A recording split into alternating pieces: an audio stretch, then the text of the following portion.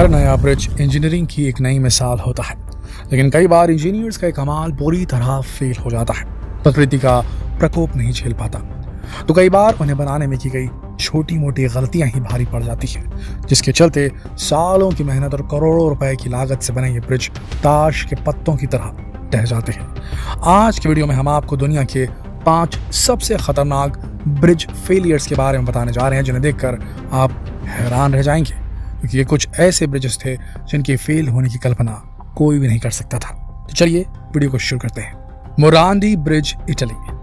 पोंटे मोरांडी Italy के जिनोआ city को जोड़ने वाला एक शानदार ब्रिज था, जिसे 1963 से 1967 के बीच बनाया गया था। ये पुल शिवारा नदी पर बनाया गया था।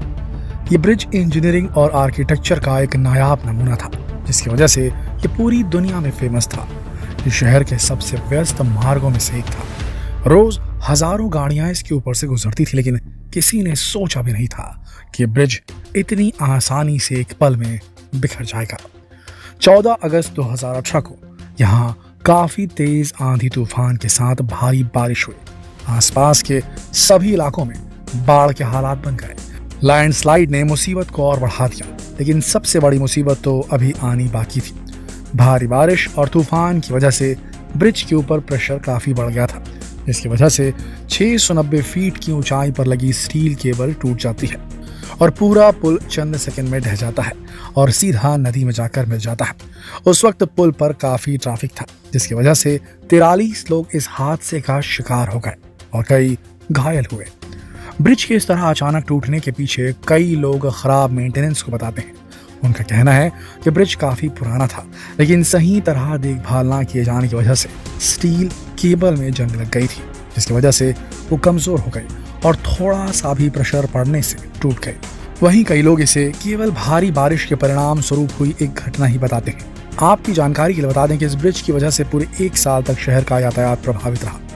इसके बाद अगले साल यानी कि 2019 में ब्रिज के बचे हुए हिस्से को एक विस्फोट से गिरा दिया गया और फिर ब्रिज टूटने के 18 महीनों के अंदर ही यहाँ एक नया ब्रिज बनाकर तैयार कर दिया गया। आगे बढ़ते हैं। जियांगशू ब्रिज। किसी भी ब्रिज के निर्माण के लिए उसके निर्माण से जुड़ा हर छोटे से छोटा पार्ट बहुत जरूरी होता है। एक छोटी सी भी गलती बड़ी दुर्घटना का कारण बन सकती है। ऐसे ही कुछ हुआ जियांगशू ब्रिज के साथ। 1994 तक ये ब्रिज साउथ कोरिया का सबसे व्यस्त ब्रिज माना जाता था, लेकिन एक छोटी सी लापरवाही के चलते ये ब्रिज मिट्टी में मिल गया। ये ब्रिज सियोल की हान नदी पर बनाया गया था। ये ब्रिज 1979 में बनकर तैयार हुआ था और तब से ही ये देश का सबसे व्यस्त ब्रिज बन गया था। एक दिन में लगभग 10,000 गाड़ियां इसके ऊपर से गुजरती थी। यह ब्रिज 1160 मीटर लंबा था, पर 21 अक्टूबर 1994 में इस ब्रिज का एक सेक्शन अचानक से टूट गया और नीचे बहती हुई नदी में जा मिला। इस घटना में 32 लोगों की जान गई और कई लोग घायल हुए। जब घटना का कारण सामने आया तो लोगों के होश उड़ गए। इस घटना का कारण था कमजोर वेल्डिंग। जी हाँ, ब्रिज के जोड़ों पर की गई वेल्डिंग काफी कमजोर थी, जो कि भार सहन नहीं कर पाई और टूट गई। इसके बाद ब्रिज को जब फिर से रिपेयर करने के लिए इसकी जांच की गई तो पाया गया कि यह ब्रिज काफी कमजोर हो चुका था। इसलिए पूरे ब्रिज को हटाकर उसकी जगह नया ब्रिज बनाया गया, जो कि सन 1997 में बनकर तैयार हुआ। इस ब्रिज की डिजाइन काफी कुछ पुराने ब्रिज की ही तरह थी, लेकिन इसे बनाते समय हर छोटी से छोटी चीज पर ध्यान दिया गया ताकि फिर पहले जैसी गलती ना दोहराई जा सके। टकोमा नैरो ब्रिज। दोस्तों, इस ब्रिज का निर्माण 1938 में शुरू हुआ, जो कि 1940 तक चला। यह उस समय दुनिया का तीसरा सबसे विशाल सस्पेंशन ब्रिज था, जिसे वॉशिंगटन में टाकोमा और द कित्साप पेनिसुला को जोड़ने के लिए बनाया गया था। लेकिन अपने निर्माण के केवल 4 महीने के बाद ही यह ब्रिज एक बहुत ही ड्रामेटिक स्टाइल में कोलैप्स हो गया। इसके कोलैप्स होने के वीडियो आज इतने सालों के बाद भी लोगों को डरा देते हैं। एक पल के लिए तो समझ ही नहीं आता कि ये हो क्या रहा है। एक बड़ा ब्रिज किस तरह से अचानक से हिलने लगा और फिर कुछ ही देर में टूटकर पानी में गिर गया। इस ब्रिज के टूटने के पीछे की वजह इसके डिजाइन में की गई गड़बड़ी बताई गई। इस ब्रिज में एक डेक, 4 टावर और 2 मेन केबल्स थी।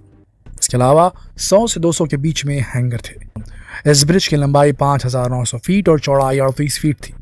इस ब्रिज के फेलियर की सबसे बड़ी वजह तेज हवाएं थी। उस समय ब्रिज के पास 18 किलोमीटर प्रति सेकंड की गति से हवाएं चल रही थी, जिसकी वजह से पूरा ब्रिज हिलना शुरू हो गया। एक समय ऐसा आया जब ब्रिज का एक हिस्सा दूसरे हिस्से से 28 फीट ऊंचा उठ गया और आखिरकार दिन के 11 बजे ब्रिज का एक बड़ा हिस्सा टूटकर पानी में गिर गया। कुछ ही पलों के बाद पूरा ब्रिज धराशायी हो गया। जांच में पता चला कि ब्रिज के टूटने की वजह इसके डिजाइन में हुई गड़बड़ी थी। ब्रिज बनाते वक्त बीम और डेक पर हवा के प्रभाव का ध्यान नहीं रखा गया था, जिसकी वजह से ब्रिज हवा के दबाव को नहीं सह पाया और केवल 4 महीने में ही कोलैप्स हो गया। आगे बढ़ते हैं। सिंगल आर्क ब्रिज सन 1998 में बनकर तैयार हुआ ताइवान का ये सिंगल आर्क ब्रिज अपने आप में एक मिसाल था। इसे नान फैनगाओ फिशिंग पोर्ट पर बनाया गया था। उस वक्त ताइवान में अपनी तरह का अकेला ब्रिज था। इसे बनाने का मकसद था फिशिंग बोट इसके नीचे से आसानी से निकल सके और उनकी वजह से ट्रैफिक में कोई परेशानी ना आए। लेकिन अनफॉर्चुनेटली ये ब्रिज एक बहुत बड़े फेलियर का शिकार हो गया। अपने निर्माण के 21 साल बाद यानी कि 1 अक्टूबर 2019 को ये ब्रिज कोलैप्स हो गया। इस घटना में 20 लोगों की जान गई और कई लोग घायल हुए। मरने वालों में ज्यादातर मछुआरे थे। जांच में पता चला कि ब्रिज टूटने की सबसे बड़ी वजह मेंटेनेंस की कमी थी।